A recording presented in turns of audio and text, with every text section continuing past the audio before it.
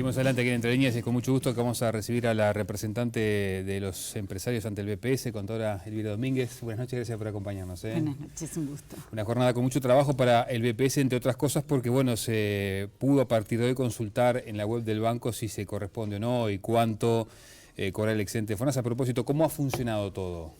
Bueno, bien, como todos los años, con un pequeño inconveniente debido a que en las redes sociales estuvo circulando un mensaje diciendo que había multas si no se cargaba la credencial. Eso saturó las líneas el día viernes, pero hoy está totalmente normalizado. ¿Se va a investigar ese episodio? Esperemos que sí, porque tenemos conocimiento que en el día de hoy se hizo correr otro rumor que también pretendía en el fondo saturar nuestras líneas, pero por ahora no hay nada.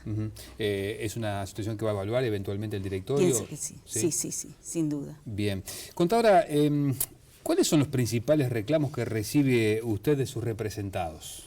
Bueno, hoy por hoy. Que bajen los aportes, ese es histórico, es una de los principales, digamos, reclamos.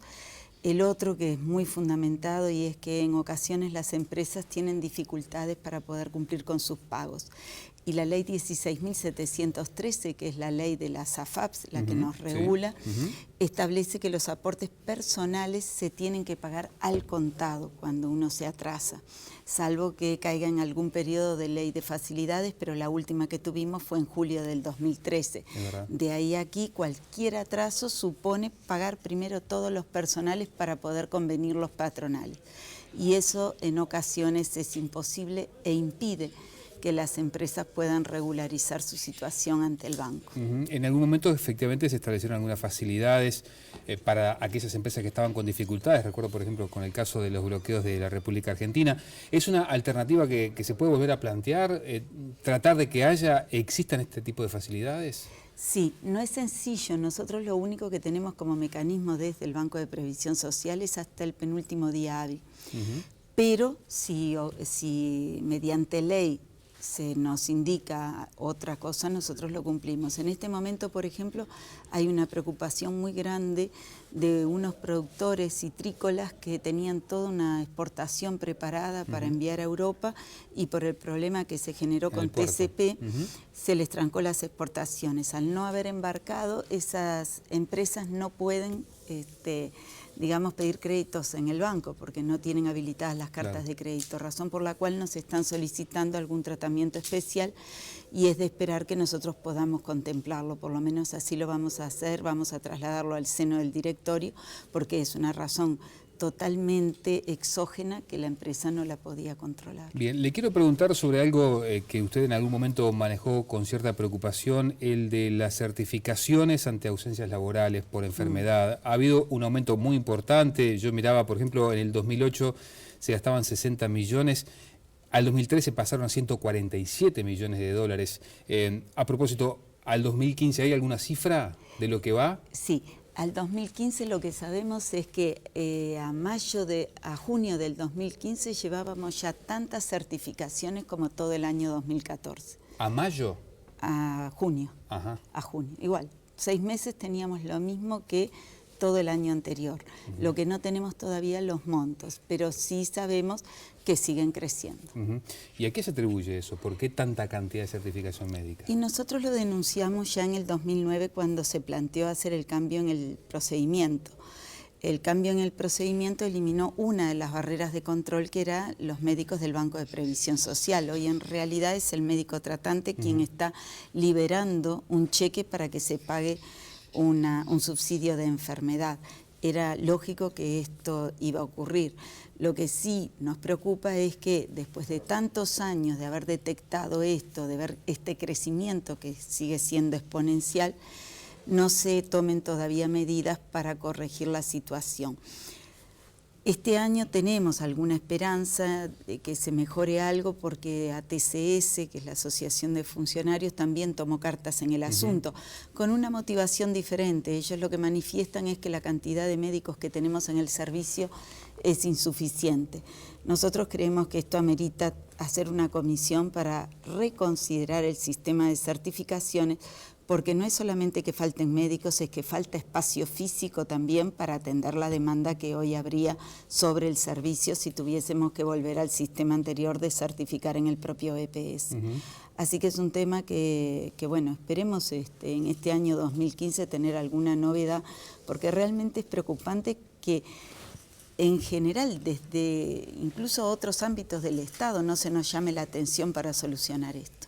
Sí, de hecho, bueno, la propia Asociación de Trabajadores hoy mismo realizó un paro y, entre otras cosas, expresaba esto, ¿no? La necesidad de contar con más personal, más médicos para acelerar los procesos de certificación, que ellos de paso decían, hay muchos aún pendientes, lo cual va a marcar que seguramente este año 2015 sea récord en esta materia. Sin duda. Hay pendientes certificaciones médicas, hay pendientes también para las jubilaciones por incapacidad, niños que de pronto en el interior están esperando ser evaluados para obtener una ayuda especial o extraordinaria.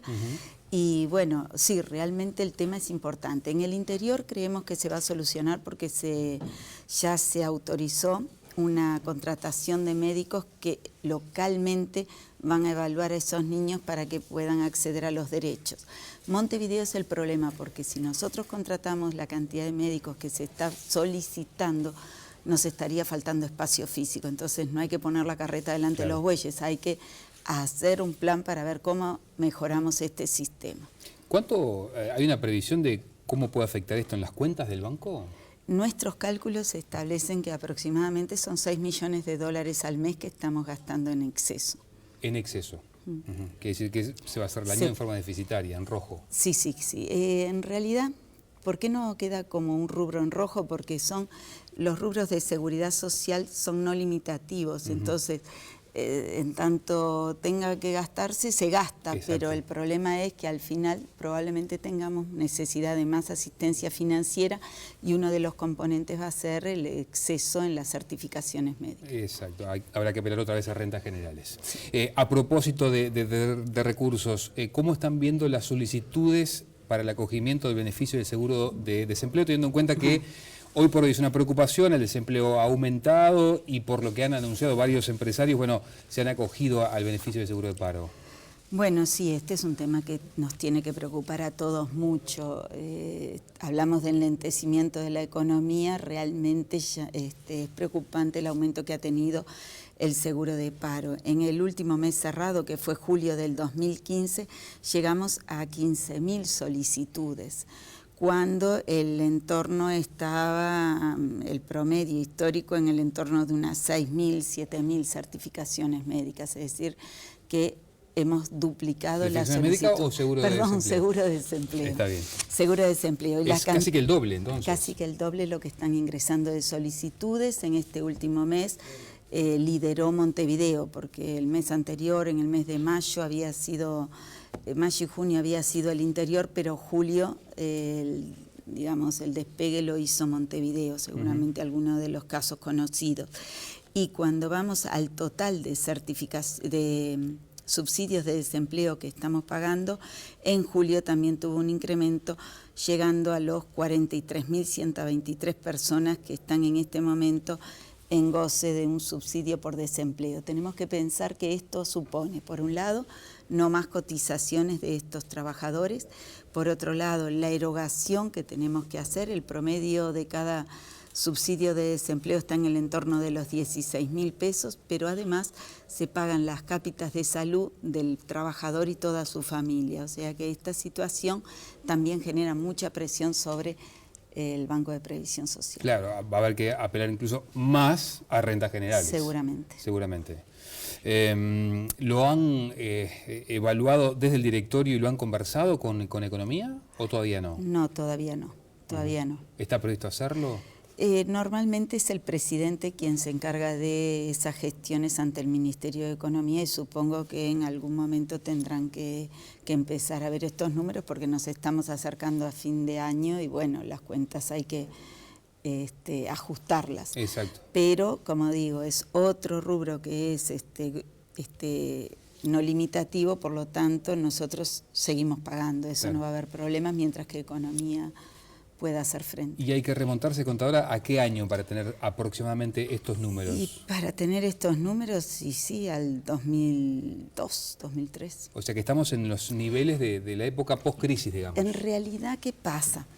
En aquella época teníamos menos cantidad de cotizantes, Exacto, claro. Entonces en relación todavía este número, como número absoluto, no es tan significativo. Porque en aquel momento era sobre una cantidad de cotizantes mucho menor. Claro. Contadora, le quiero preguntar también sobre los niveles de consultas para un eventual cambio de sistema de seguridad social. ¿Están teniendo los requerimientos que ustedes creían iban a tener por parte de los trabajadores uruguayos? ¿En qué sentido? De cambiar de la SAFAP, volver al sistema previsional oficial. La ley 19.192, que tiene el planteo de revocación de artículo 8 y desafiliación de la SAFAP. Exactamente. En realidad pensamos que iba a haber un volumen mayor, una mayor demanda sobre el sistema. No obstante, tiene un ritmo que es razonable. Sí hay que tener en cuenta esto, y es que los mayores de 48 deberían tener en cuenta que en enero del 2016 se vence el plazo para tomar la decisión. La ley estableció que entre los 40 y 50 años todo trabajador, toda persona que esté afiliada al sistema va a tener la opción de deshacer el artículo 8. Pero como excepcional, para los que habían ya pasado los 50 años, se habilitó esto. Por lo tanto, todos los que hubiesen tenido 48 hace 2 años, es decir, que están ahora para cumplir los 50, tienen que presentarse antes de enero del 2016 a hacer el asesoramiento. Eso no supone que tengan que tomar la decisión, pero sí tienen y se van a ver enfrentados a la realidad de su futura jubilación. Bien. Contadora, sobre el final le quiero preguntar, porque en su momento fue noticia la investigación sobre la existencia de jubilaciones truchas. Hay una serie de investigaciones que en su momento se hicieron, que involucraban incluso a diferentes procuradurías y estudios, gestorías. Sí. ¿Es una investigación que el banco siempre tiene abierta? Es decir, ¿se siguen dando casos de jubilaciones truchas acá en Uruguay? Sí. Es permanente. Nosotros tenemos un excelente equipo que audita.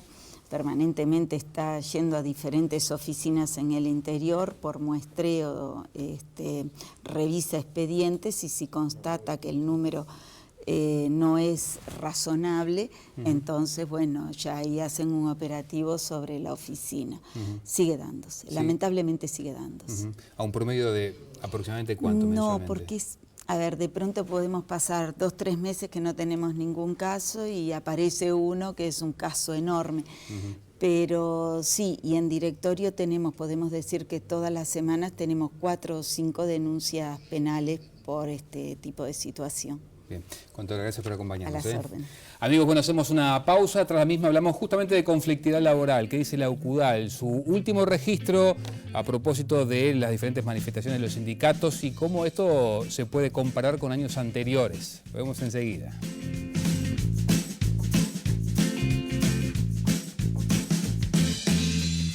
Imposible descifrarte bien. Sos un final.